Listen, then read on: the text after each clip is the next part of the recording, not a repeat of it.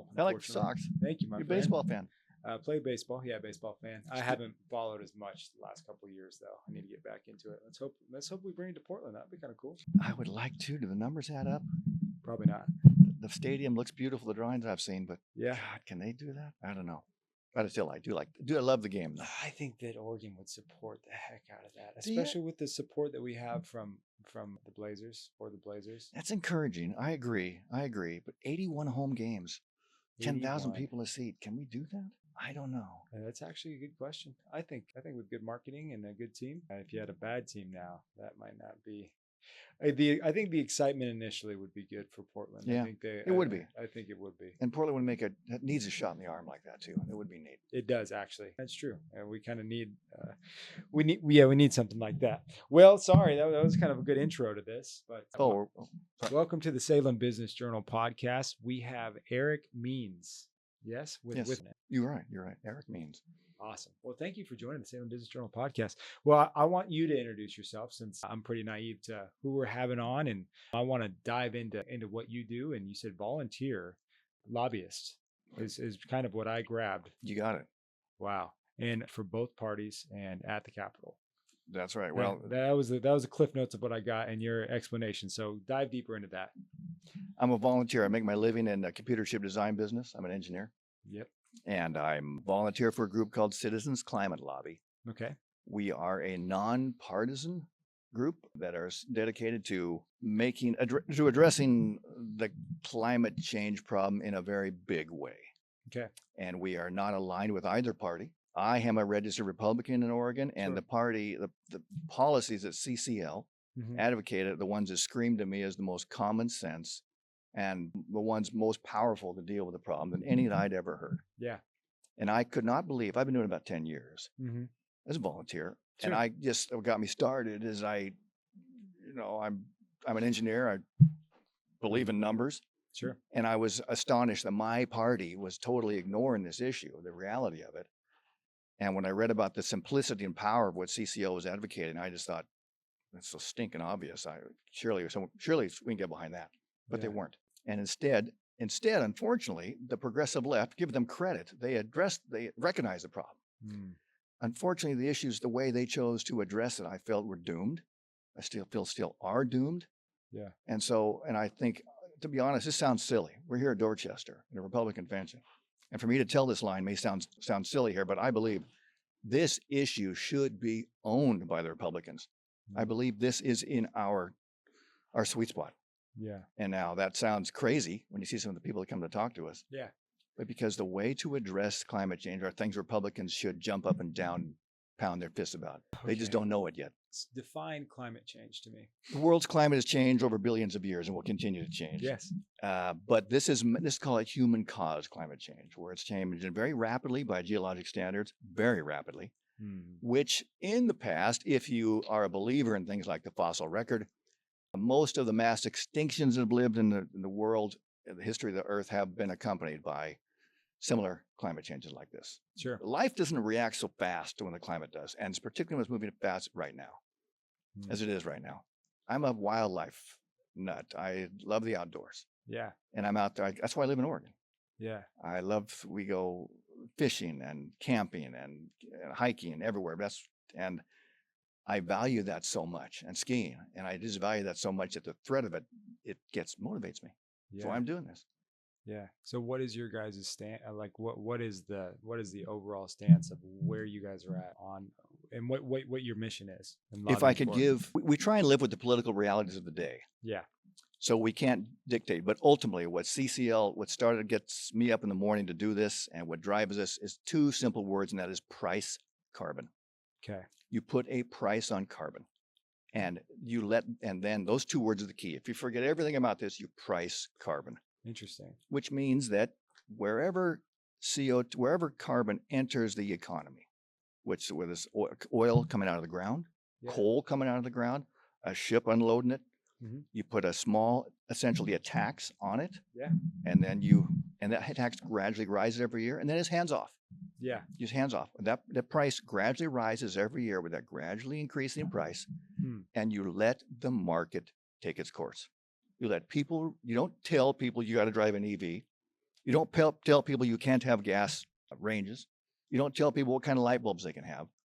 But anything that is done with carbon, with CO2, anything emits CO2, any fossil fuels that are burned, particularly coal, that's the biggest, anything will get more expensive pretty quickly, coal faster. Yeah. And as it goes up, as the price goes up, you trust people to do what they will do with their wallet. They will. So there are many alternatives out there, and everybody knows wind, solar, nuclear, tidal, you name it. There's all kinds of other alternatives out there to fossil fuel generation. Yeah. Those prices won't change. Right. And relatively speaking, you let the market decide. You let the market determine what fuels will displace fossil fuels. Yeah. So Does that make sense? Yeah, absolutely. No, absolutely. So the president of the United States wants to bring more infrastructure with having tariffs being implemented. He wants to create more jobs here. How can we do that in a clean way? Do you see nuclear, for instance? Do you see nuclear in our future? Well, in our close future. The short answer is question. I'm going to give you one word answer. Yeah. Absolutely yes. Yes. Okay, that was two. Okay. I think nuclear is one of the two silver bullets in our back pocket. Yeah. One of them is a carbon price, the other is nuclear. Hmm. And so now that's ironic in Oregon, which is a state that outlaws nuclear right now. Yeah. Nevertheless, Oregon has some of the best technology for the next generation nuclear, which that's a different issue. But yes, now the president and I have something in common on this issue. There's one kind of tariff that he doesn't realize it, but he's bang on target about. Part of our policy, CCL's policy, is first of all, what you can do with all that money that gets raised by this carbon tax. And this is where it gets kind of freaky. You give the money back because everything you buy will get more expensive. Everything you buy, because fossil fuels are all over the economy. Yeah. You give the money back. This is not a government program. But businesses will change their behavior to save money. And individuals will too. Businesses won't get the money back. But the biggest power of this thing, the single biggest power of this whole thing, is it allows us, the United States, to levy a tariff on any imports from anywhere in the world where they do not have an equivalent carbon tax. That's not some arbitrary rule. That conforms with World Trade Organization rules. So we're not throwing out the world trading system out of it. This is a very clean rule and clear discrimination in the WTO. And so we can say anything. China burns because they've manufactured a lot.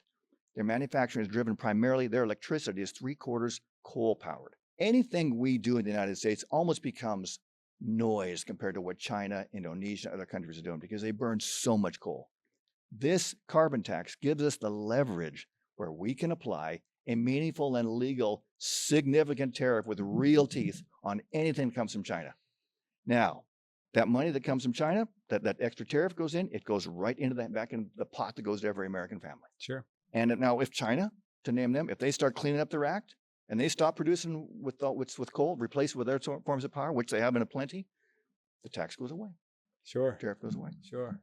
Wow. Problem solved. That's the theory. It's simple. I just told you in those things right there. That's the policy. The first law that was proposed, the first bill in Congress was like with this whole thing, it was like 44 pages long. It's really that simple. There will be more complications as it approaches law, but that's one thing that appeals to me. This isn't a complex thing with many, many layers of things like the Oregon. And by the way, this is a federal policy. This is not a state level policy at all. We're here in Dorchester talking to state politicians, not because we want state law to be passed. Yeah. I think that's a fool's errand. We want to get Oregon Republicans behind this so that when federal legislators got to stick their neck out and say, we're going to back this, we want them to know that the state legislators are behind them.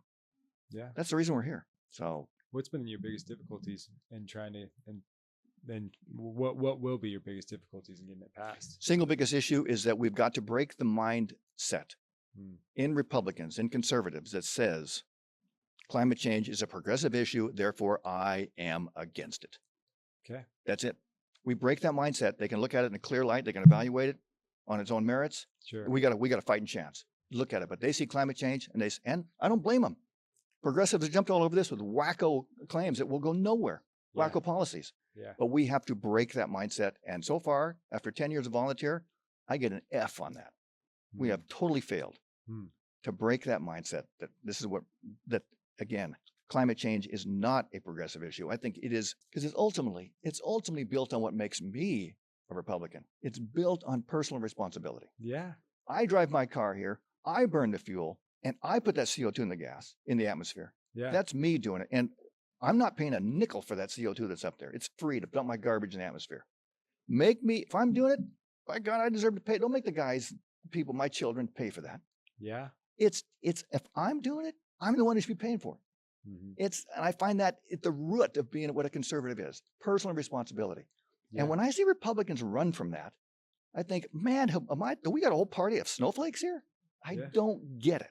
I like that stance. I love that stance, actually, Eric. And I think it's also you feel indebted to protect Oregon. You said you're so absolutely so passionate about being outdoors, and I completely relate with that. I love hiking. I love growing up on the lake. We don't want to take away the almost the delicacies of life that we've experienced, and we only want to make sure that those maintain and sustain them. Almost leave them.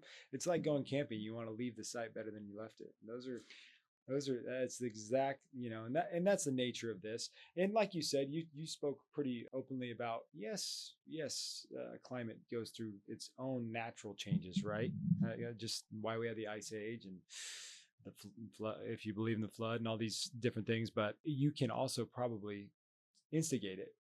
Absolutely, you can instigate it to change. Those things didn't happen. Those past fluctuations in the climate didn't happen out of the blue. They happen when most of them track very closely with increased CO2 in the atmosphere. Most of them do. Most of them. And so the climate is doing exactly what it's been doing for billions of years, literally. Yeah. It's CO2 goes up, temperature go up. It's just we're the ones putting our foot in the. We're putting 300 million years of buried organic matter into the atmosphere in a couple of centuries. And usually that takes millions of years to put that stuff back in there. If not, we're putting 300 million years, everything since the Carboniferous period, buried underground. Bang, it's simple. We're injecting into the atmosphere. And that's what's happened. That's what we're seeing. So that's what we're seeing the result of. Whoa. So what's your utopia look like? I mean, because you have gasoline, you have electric, and a lot of people don't know that electric vehicles actually also can hurt they're those batteries. Oh, they are. You're absolutely right. Yeah, the manufacture of those things is pretty nasty, isn't it? Yes. Well, what's the solution? What do you think will be a solution for driving cars, for transportation? Is there going to be another resource that we can use that is stops, stops instigating such rapid change? Well, everybody's got their favorite. We talk to people here at Dorchester. This guy likes wind. That person likes tidal power. This like this. I like nuclear, but I would. I'm not trying to be evasive here, but I would. This is the beauty of it. I would let the market decide. Once you start pricing, there's 330 million people in the United States who will make their own call on what they want to spend what they want that money to go for. They see the price go up. Sure. And they judge. They got a wind powered alternative over here. Yeah. They got a solar, they got nuclear power, and we got all these million businesses who their bottom line depends on keeping their costs low. I'm not going to predict what they do, but I can harbor a guess. Can all three of those be efficient? And they can? I'm sure they can coexist. I'm sure there will be. There are so many advantages to. Wind and solar absolutely have their place. Absolutely do, and I'm sure we'll continue to see more of it. But once you get wind and solar intermittent supplies like that, up above, I think the figure's around 18% of your power is coming from that, you get a lot of drawbacks. Intermittent power, you can't count on them. You need a solid base load support, and that's where nuclear comes in. And so some kind of mix like that is what I expect to see. And this can happen really fast. This anecdote, I don't know how much time I have, but this is good. In the early in the Obama administration, they recognized, so what the Obama administration tried to do is they made something like the Clean Power Plan. Yeah. They tried to sue all these companies, utilities around the country or states. You will not burn coal. You will not burn coal. And they fought it like 33 states countersued. It got tied up in the courts, got nowhere. At the same time that they were dictating that they had to burn coal, the fracking revolution happened. Natural gas came in and undercut the price of coal generation by half. Those utilities went stampeding to gas not because Obama administration said they had to. It's because it was cheaper. The market drove them. So Obama administration utterly wasted their effort with the Clean Power Plan. It proves the power of the market. They followed the dollar, or they followed where it was cheaper. So this can happen really fast. Once the price of fossil fuel starts to climb enough, These companies who have their existence depends on maintaining costs. Those plants take 30 to 60 years of lifespans. They're not going to build in something that requires expensive fuels that's going to climb, particularly for the next 30 years. They're not going to build that. They're going to see what alternatives are available out there, and it can happen fast. One last question for you in your research, and I know that this is somewhat relative, but what does it say if we maintain at this rate, if we don't change anything today? What does it say that we're going to look like in 25, 50, 100 years? Well, specific numbers say. What would your mind or heart tell you? Well, I wouldn't be able to ski anymore. Of course, I won't be able. That's one Do thing. you think the temperature would be too warm? Well, it'd be lousy. A lot of ski resorts will go out of business. That's not enough to change the planets, and people like me would hate it, but that's not enough. The one that's the biggest issue is rising sea levels. How far it rises, I'm all ears trying to. The researchers predict enough to make half of South Florida flood in 50 years. Wow, is it that much? I don't know. I'm still reading a lot of papers on that, to be honest, and it's pretty complicated. I'm not sure, but that's the worst case. That's the worst case. Sure. Not just Florida, not just United States. Most of the world's population is on coastal plans. That'll be a mess. That'll be a real mess. One thing I will say, unlike some who say this is not an existential crisis for humanity. By no means. We are going to be around. I believe we're going to thrive. It's going to damp the economy. I'm not worried about people. Yeah. People will find a way. I'm not worried. But the natural world doesn't react as fast. And you will see a species extinctions. You will see changes. You will see shifts. You will see things that you and I see that won't be there 40 to 60 years from now. And that's my biggest concern. I don't mean to soft pedal it, but we're going to be fine. And my allies in the climate movement maybe hate me for this. We'll manage. It's those parts of the world that I love and that I enjoy that are at risk. Yeah, that's great. Well, hey, this has been awesome. I'm excited to dive in more. And thank you for. Is there any other pieces that you want to share before we wrap this up? There's volunteers. These folks I work with, the Citizens Climate Lobby. These volunteers do the grunt level stuff. Yeah. And I can name a bunch of names, and Sure. they put it's all on their own nickel. Yeah. We go to Washington D.C. on our own nickel. We find a place to stay. We talk to congressmen, and we plead our cases. And we do it. And the way some volunteers do this work is impressive, and I'm forever grateful to be around a group like that. Well, thank you for joining us and telling us about your guys' mission, and any way that we can help, and we'll give you this podcast and help clip it up for you, and hopefully give you some extra ears from our people that follow us. But we do appreciate you sharing, and it's exciting to hear about stuff that I'm pretty much naive to, and get a deeper idea of the consequences of what we could face, and also just your take on it. I think I think it's the right posture. So I appreciate you coming in and joining us, and this was super informative. Thank you, Aaron. Yes, thanks for having us. Absolutely, Eric. Thank you so much. Yep. Thank you to our sponsors, Clutch Industries and SMI Real Estate. You guys are amazing, and we will see you guys on the next episode of the Salem Business Journal podcast.